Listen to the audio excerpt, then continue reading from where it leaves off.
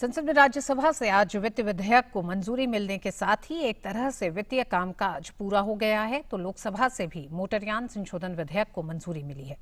राज्यसभा में आज पॉक्सो संशोधन विधेयक पर भी चर्चा की शुरुआत हुई। संसद में जमकर कामकाज हो रहा है, ऐसे में सरकार संसद का सत्र कुछ और दिनों के लिए बढ़ाने पर विचार कर रही है।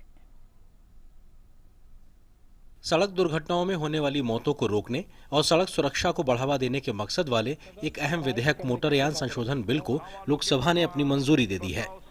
देश में हर साल होने वाली 5 लाख दुर्घटनाओं में करीब 1.5 लाख लोगों की मौत होती है।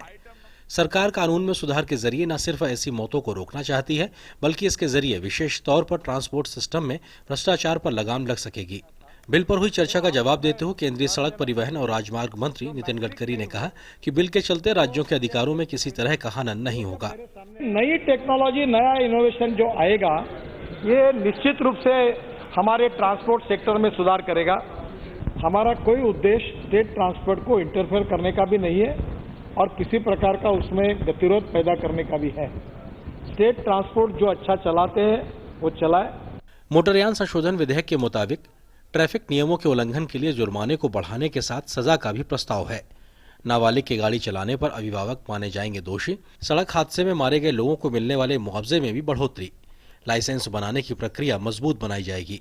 इसके साथ ही सरकार ने मंगलवार को श्रम सुधारों से जुड़े 2 अहम विधेयक भी लोकसभा में पेश किए। इसके जरिए देश के करीब 40 करोड़ श्रमिकों की कार्य स्थिति, वेतन, स्वास्थ्य सुविधाओं और अन्य व्यवस्थाओं में गुणात्मक सुधार लाया जा सकेगा। हम जो कोई भी कानून लाना चाहते हैं, कम से कम 13 श्रमिक संगठनों से मिल बैठकर बात करते हैं, सभी राज्य सरकारों से बात करते हैं और इसके बाद मालिकों से बात करते हैं। पूरी चर्चा के बाद, पूरे 5 साल चर्चा के बाद ये बिल हम यहाँ पर लेकर आए।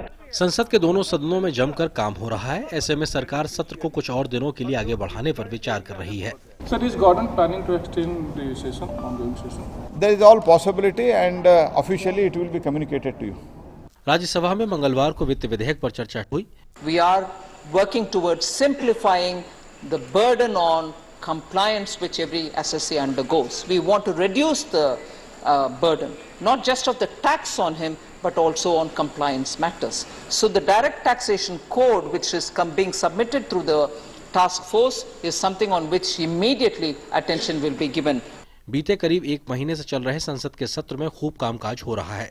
संसद की उत्पादकता करीब 130% तक पहुंच गई है, जो पिछले 2 दशकों का एक रिकॉर्ड है। अनुज यादव, विक्रमजीत सिंह और राजेश राज के साथ सुधाकर दास, डीडी न्यूज।